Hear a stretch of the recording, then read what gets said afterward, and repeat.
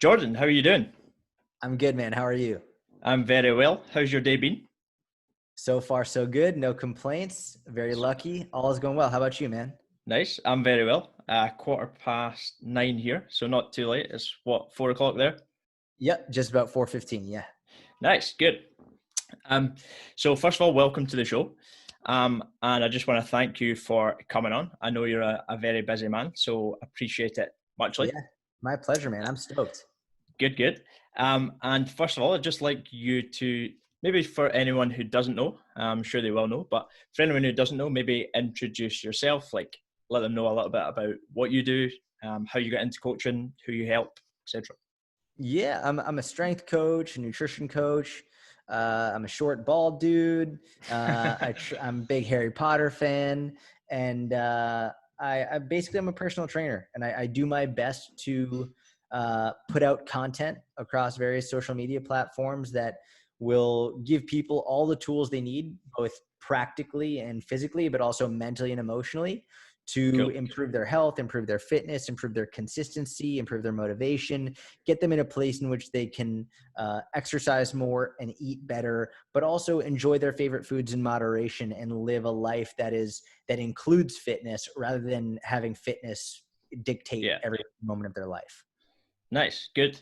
I think I think that's a big part that people miss, and I think that people think they have to be either all in and be 100% in, or the other way. So I like the way that you sort of coach people around nutrition and allow them to enjoy the foods that they should be able to, obviously. Thanks, man. I Um, appreciate that. yeah. So obviously, like your client base is predominantly female. But before we get into that, actually, like just if you could tell the listeners maybe how you got into your fitness journey, how you start getting into coaching, etc. Yeah, yeah. So I got into it because I started wrestling when I was really young. I started wrestling at 8 years old. My older brother, he got picked on a little bit, and Okay. so my mom wanted us to be able to defend ourselves. And so I remember I was like 8, and she was like, she walked in the living room and she said, I want you two to start wrestling." And at that point in my life, 8-year-old kid, the only wrestling that I knew of was WWE style wrestling, where they're hitting people with Yeah. furniture and whatnot. The So I Rock. remember I looked up at her and I was like, "You want me to hit someone with a chair?" She was like, "No, you idiot!" Like Olympic style wrestling, Yeah. and I fell in love with it, just absolutely obsessed with it. It's like all I thought about was just wrestling, wrestling, wrestling. I made varsity as a freshman in high school, so I beat a junior out for the varsity spot, but I had to cut a lot of weight. So I was cutting from 112 pounds to 103 pounds. I don't know exactly what that is in kilograms, but I was very small, right? I'm a small dude. Yeah. Uh, Yeah. Yeah. but I was cutting a significant amount of weight every week, sometimes multiple times a week, in order to be able to compete at my weight.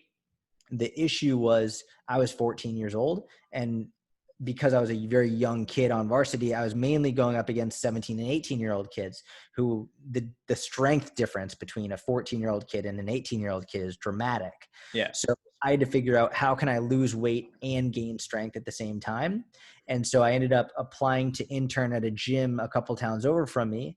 And I was like, I'll take the trash out, I'll clean the floors, just let me come and learn from you. Yeah. And I was very fortunate. And not only did they let me come in and intern, but they were also very science-based and great coaches. And they introduced me to the science-based strength and conditioning and nutrition world. And I was Nice. obsessed with it. And I worked there all through high school. And my first ever client that I worked with there was a 68-year-old guy named Fred, who he didn't care about getting a six pack. He didn't care about losing weight. He just wanted to be able to pick up his grandson without hurting his shoulders. Yeah. So at a young age, I was exposed to very different goals and very different lifestyles, and I fell in love with the coaching process. It's good. That's cool. It's good to have a wide background because most people are probably in more a physique based environment, or a lot of people Mm. will be. So it's cool that it's from the other side that you've come into that.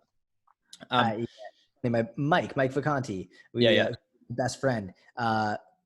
We have very different backgrounds in terms of strength and conditioning and strength training, right? It's like he's yeah, much more towards the aesthetic sides. I'm much more towards the performance side. But it's interesting to see like what you start out with is oftentimes like what your base yeah, and foundation and what you really enjoy. yeah, yeah. And so I know just now that you're training for BJJ, is that right? Yeah, So exactly. you're still in that sort of performance realm. Yeah, I've gone through periods where I've done bodybuilding programs and I've hired bodybuilding coaches because I wanted to learn, but I never am more motivated than when I have like a physical endeavor, like some type of a sport or an Yeah. athletic performance to train for. That's what I really get excited about. So yeah, that's what I'm doing Yeah. right now. Some sort of challenge.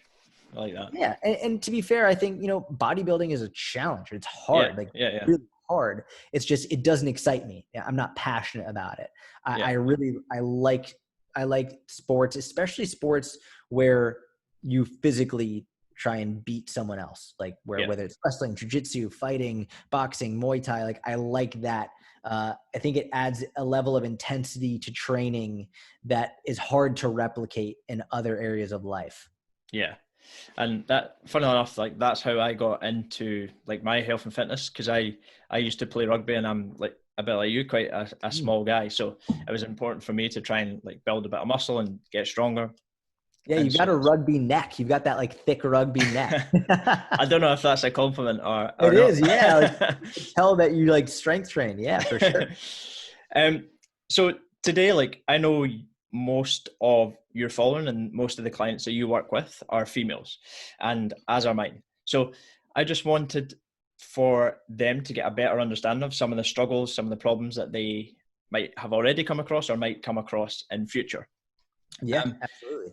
so the first one that I wanted to discuss is I think people get weight loss and fat loss a bit mixed up. And like, I know a lot of people get into doing like loads and loads of cardio or maybe HIIT workouts and things like that.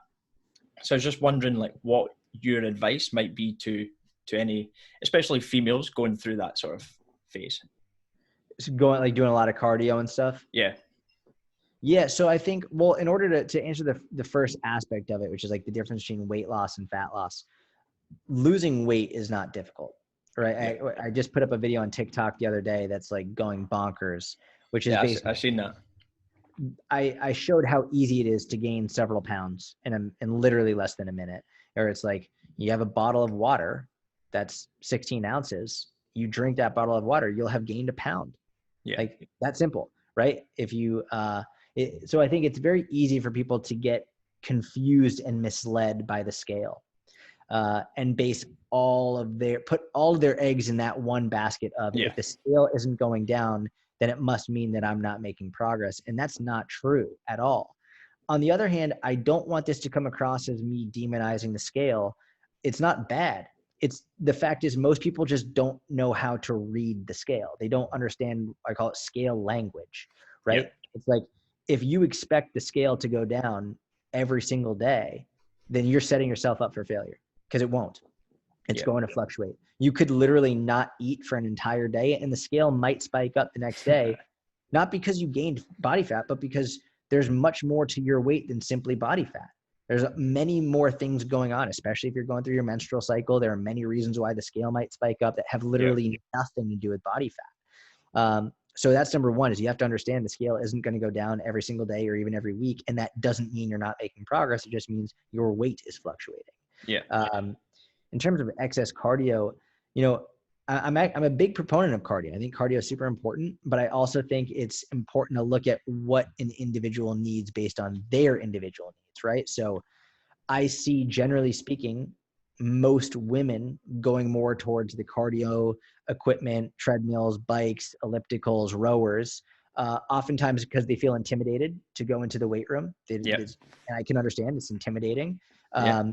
And also because they tend to be better at those activities. They tend to be better. They think that sweating more and getting their heart rate up is going to help them burn more fat. So that's where they tend to go. The reality is they'd actually probably do better spending less time, not no time, but less time doing cardio and more time lifting weights. Yeah. On the other hand, I think more men would do better to make sure they're getting more cardio and stretching in, right? It's like most women tend to do cardio and stretching, and most men tend to lift weights. And it would be actually better if we switched a little bit. Yeah. We tend to do the things we're good at, right? Mm-hmm. So like most women tend to be better at cardio and tend to be better with stretching. And most men tend to be better at lifting heavier weights. It's like, those are the things we're good at, so we're going to do them because it feeds our ego. Yeah. When the reality is, most men would really do better to get a little bit more stretching in their life, not to eliminate strength training. Like, I love strength training, but do 15 minutes at least, like do Yeah. something. And most women would do better to be able to lift some heavy weights and get in the gym and challenge themselves strength wise, both physically and mentally. Yeah. 100% agree. And that just actually takes me on to the next sort of point that I was going to go on to, because I think a lot of women tend to, even if they do lift weights, a lot of women generally, like as a bit of a stereotype, I guess, but will veer towards the lighter weight, higher rep range. Yep. And even like a lot of the females might be scared of lifting any weights at all. So what would you say would be the benefits for females to lift weights, and like what are the benefits of lifting slightly heavier rather than always focusing on the lighter weight stuff? Yeah, well, I think we have to understand, why are they doing that? Why are they going to the lighter weight, higher reps? Like, why is that their go-to? And it's also mainly the same reason why they tend to do much more cardio and much more sweating, because they're chasing a feeling, right? The feeling of the muscle burning, the feeling of your heart beating out of your chest, because they equate that feeling with an effective workout. The issue is, just because your muscles are burning doesn't mean you're actually building muscle or getting more toned or defined or making more progress. A lot of people think the muscle burning means that they're burning fat in that area. And that's not what's happening. A lot of people think that the muscle burning means that they're getting more toned in that area. And that's not how it works, right? So I think if we can educate people on knowing that first and foremost, then they'll be more likely to do what is actually correct and science-based, as opposed to just going based on feel. The reason I think from a physiological perspective that more women should be lifting heavier weights for fewer repetitions, and by that I mean anywhere in like the 6 to 15 repetition range, is because they're actually going to get stronger. They're going to lift heavier weight. They're going to put their body through more progressive overload. They're going to strain their muscles, and that's what's going to get them that more tone defined look. A lot of people will say, well, I don't want to get big and bulky. I want to get more lean and toned and long. It's like, it's the same thing. Building muscle is building muscle. The way to get big and bulky is to eat a lot, lift very, very heavy, and also make sure that you have the hormonal optimization to actually drive that huge muscle growth. There's a reason that men have different bone structures or it's easier for men to build muscle than it is for women. And a large part of it has to do with testosterone. So, I mean, the likelihood of a woman getting big and bulky just from trying to lift heavier, it's not how it works. Like, lifting heavier is actually going to build more muscle, which will look more toned and defined. Yeah. So just as a sort of, if a female came to you, what sort of rep ranges would you focus on? Like, would you focus mainly on this between 6 and 15? Would you give them a little bit of variety? Would you talk me through how you would go? I would say on a general premise to what the program might look like is, the beginning of the workout would be heavier weight, lower repetition. So maybe the beginning of the workout might be sumo deadlifts for 3 sets of 6, right? Heavy, lower body, full body compound movement. Then from there, we might go into goblet squats for 3 sets of 8, right? So still heavy weight, slightly higher repetition. And then from there, maybe we'll go into hip thrusts for 3 sets of 12. So we've just went from 6, 8, 12. And then maybe the last movement we'll do cable pull throughs for 3 sets of 15. And that's a very rudimentary example of what it might look like. But starting off with the heaviest exercise that is most technique dependent, and then from there going lighter and lighter and lighter and higher repetition. The important thing to remember here is, whether you're doing the deadlifts for sets of 6 or the pull throughs for sets of 15, the last couple repetitions are very hard. They're very difficult to do. And you're challenging the muscles in different ways with this variation in weights and reps, but it's all going to lead towards stronger, more defined muscles. Yeah. And I totally agree with that. And I think, as like we've talked about, I think a lot of females might tend to go at least 12 reps plus.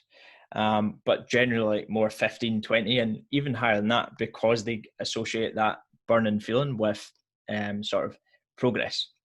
And it doesn't necessarily mean that just because you're doing a heavy squat, you might not feel your quads working as much when you're doing it, but that doesn't necessarily equate to that it's not effective. Correct. And so I think like more and more people should, especially females, should try and focus on lifting a little bit heavier and then varying the rep ranges across the sort of range. And I've heard you talk in previous podcasts about how sort of lifting weights helps almost like empower women.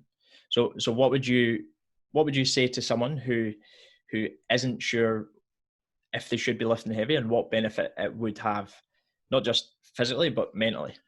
Yeah, I think the mental side of it is arguably the most important in terms of just having worked with so many women. I can tell you firsthand the process of getting stronger and lifting weights that they didn't think that they would be able to lift is a really incredible transformation to watch, right? Yeah. Watching people be able to, like, I'll never forget. I was working with this in-person client once. It was her first day, and she came in and she wanted to lose a significant amount of body fat. She was slightly overweight, and I could tell she was nervous to go in the gym. She thought people were looking at her. She was nervous to be there. And I told her by the end of the day, she was going to lift 100 pounds. And she was like, yeah, right. No, I couldn't lift 100 pounds. Right. It's like, it just sounds like a lot. It's like, no, you're going to lift 100 pounds. And she like smiled. She's like, there's no way. You don't understand. I'm so weak. And by the end of the day, I had her lift a 100-pound kettlebell. I did a 100-pound deadlift.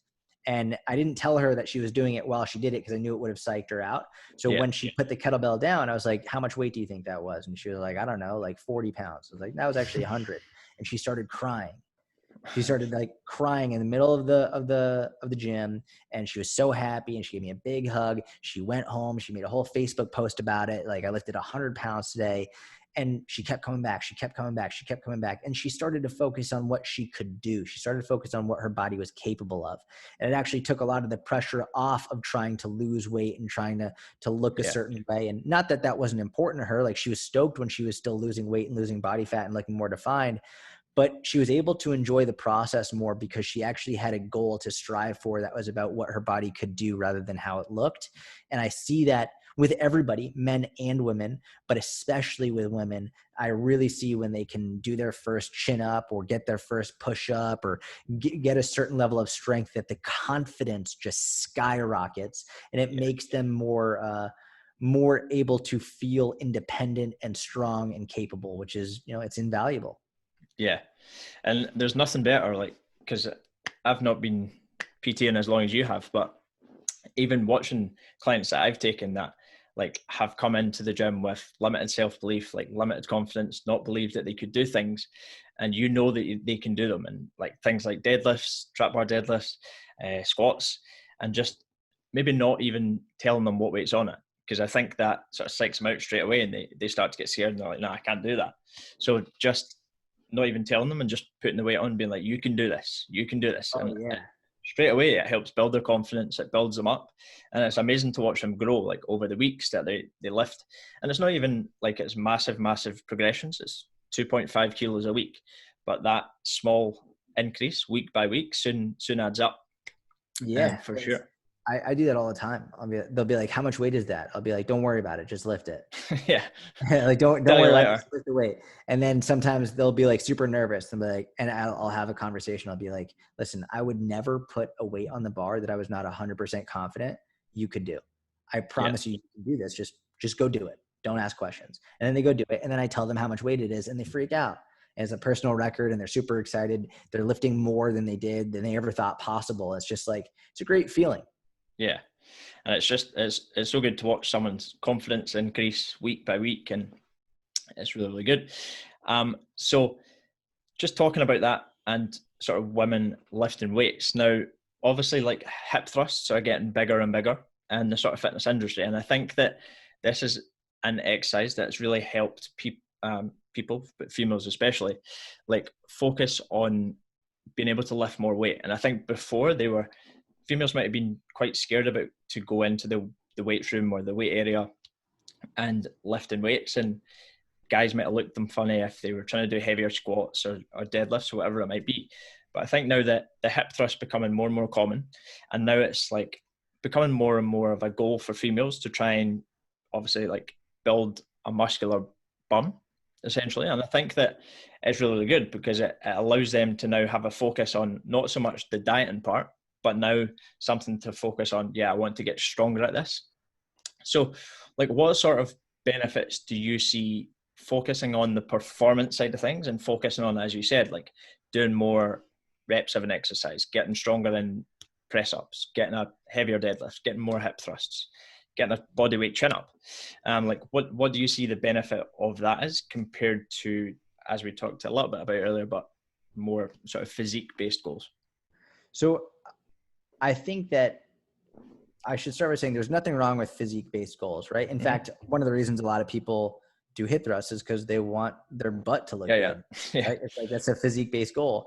The difference is you could take someone who's doing hip thrusts because they want their butt to look good, and they don't pay attention to how much weight they're using. All they do is scrutinize their butt every day. They look at their butt between every set. They're looking at it in the mirror, and that's all they focus on. But they don't look at how much weight they're lifting. They're just doing it to feel the burn.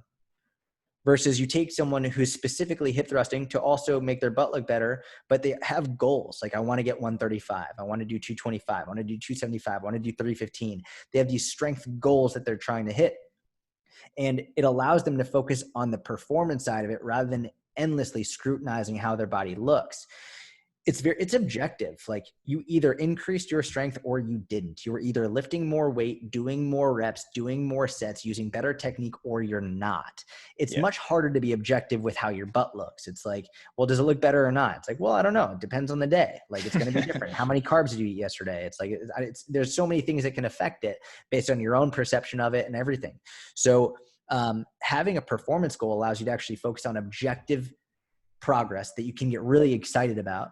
And it allows you to, I think it fuels your training, and also coincidentally fuels more improvement in your actual goal of improving your butt, because you're getting stronger. You're lifting more weight. You're putting your muscles under more load, versus if you're only going for the burn, then you're not even often keeping track of how much weight you're using. And oftentimes you'll stifle how much weight you can use, because maybe what you can do for 5 reps doesn't give you the same burn as what you do for 30 reps. So you end up using way less weight, but you never actually progress. So I think going for a performance-based goal, whether it's heavier weight in the hip thrust, or getting your first push-up, or first 10 push-ups, or first chin-up, or first 10 chin-ups, or 315 deadlift, whatever it is, it creates a lot more excitement to go to the gym. It creates you something objective to focus on, and it will increase your confidence because it's something that you can see week to week, month to month, year to year, that you're actually improving. Whereas you look at yourself in the mirror every day, we're all our own harshest critic. It's very difficult to see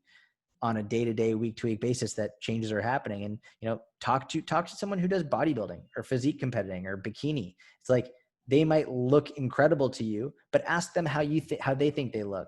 And a lot of them will tell you that they think they look fat, they look small, they look weak, they don't look good, because they're so focused on their physique, they've actually developed a very bad relationship with their body. Yeah. And like, just to reemphasize, there's nothing wrong with having physique goals, but I just always think that it's good to have some sort of performance goal that you're striving for and moving towards, because it is so beneficial in that aspect. Yeah, I'm with you 100%. So now talking about getting stronger and trying to increase the amount of weight we're lifting, I know a lot of females that sort of struggle to get their head around not dieting, but trying to build muscle and maybe increasing their calories coming out of a diet towards more what might be called this maintenance. And I know in your sort of inner circle, you call it momentum phase. So can you just describe what that is to listeners, how it looks, and probably the benefits as well? Yeah. So I think the most common term that people know is maintenance, right? They're going into a maintenance phase. I think the reason this gets confusing for people and oftentimes discouraging is because when you say, well, we should go into a maintenance phase, they think that means they're not going to make any progress. Yeah. And that's why my co-coach Susan and I, we decided to rename it to momentum, Because the reality is, if you're doing a maintenance phase properly, you're still making progress. You're Yeah. building more momentum for the next time you decide to go into a fat loss phase. So I think that clarification is essential, because if you just think maintenance equates to not making progress, then you'll inherently be discouraged by it. There are many, many reasons why someone might go into a maintenance phase. I've found one of the most important and helpful reasons why someone should go into a maintenance or momentum phase is because they've been dieting, they've been losing fat, but they just feel drained. They feel tired. They aren't feeling motivated much anymore. Their consistency has dropped dramatically, and they often find themselves going off track. Right. So it's like, clearly they're not at a point in which they're ready to be in a calorie deficit anymore. They need a break. So what do? You go back to a momentum phase where you increase your calories, not so much that you're going to be adding a lot of body fat, but so much that you can enjoy yourself, increase your energy, feel better, sleep better, train harder. You don't have to restrict yourself as much. And then you go back into a calorie deficit. Maybe it's after 2 weeks or 4 weeks or 6 weeks or 8 weeks, doesn't matter. You decide, but it gives you the opportunity to build up more momentum to then go back into a dieting phase. Yeah. And 100% agree. And I always try and almost like set a time limit on the diet, because I think it not time limit, but I think it gives people more focus. So maybe saying like, right, we'll try and focus on this fat loss phase for 8 weeks, 10 weeks, 12 weeks, whatever it might be. It's totally dependent on the person. There's no right or wrong way about it. It is obviously totally dependent on the person, but a lot of the time I think it's very beneficial to sort of set aside a time, so then they know they can stay motivated, and it makes consistency a lot better because they know it's for this period of time. And just on the sort of topic of motivation, I know I've heard you talk a lot about motivation. So like what's your advice to someone who doesn't feel motivated or can't get themselves motivated? Man, I'm with you. Like, I get it. I think the biggest myth around motivation is that you're just going to get it. Yeah. Right? That you're just going to get motivated and that you're just going to be motivated. And that's not how it works. The reality, when you look at motivation, I have this model, I call it Dumbledore's loop, where basically most people think motivation, you start with motivation. From motivation, you take action. From the action, you get results. And from those results, you get more motivated. And then people wait and wait and wait for this lightning strike of motivation, and it never comes. Right? Or maybe they get it for 1 day or for 1 week, but then it goes away, and then they're just waiting for it again, and they don't make any progress. The reality is, motivation, you don't start with motivation. First, you have to do the thing you don't want to do, right? You have to take action. Action is the first step, which is the hardest step. It's the old adage that goes like the first step is the hardest step, or just take the first step, whatever it is. It's like, it's always the hardest one, but you have to do it, because from that action, you'll see results. And from those results, then you get more motivated. And from with that motivation, then you take more action. But you will never get the result if you don't take action. And you'll never get motivated if you don't get the results. So it has to start with the action. And the action could be walking more, drinking more water. It could be doing 15 minutes of stretching. It doesn't have to be something big, but you have to start with something. And usually it's going to be something you don't want to do. Yeah. And I think the more you just wait and think that you're going to get motivated, the more unmotivated you're going to get, because it's not happening. But if you know that you're not going to be motivated until you do the thing that you need to do, then it makes it more likely that at least you'll start. Yeah. Yeah. I think that's a very common sort of misjudgment, that people think that you just wake up and feel motivated, when it's all the actions that you need to take in order to feel motivated.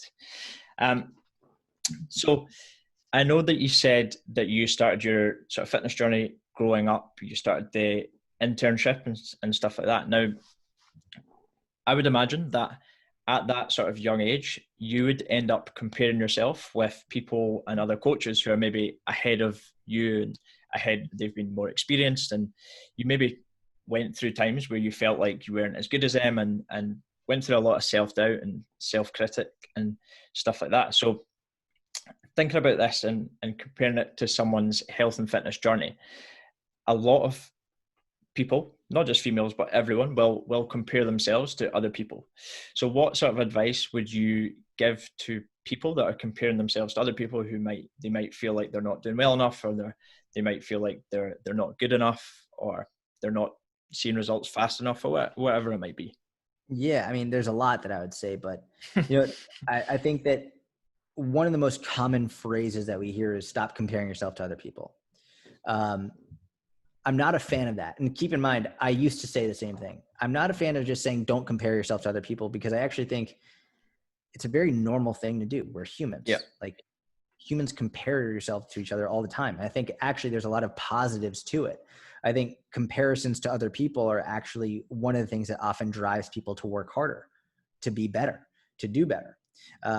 The issue is when the comparison leads you to like yourself less, love yourself less, and take less action towards what you need to do.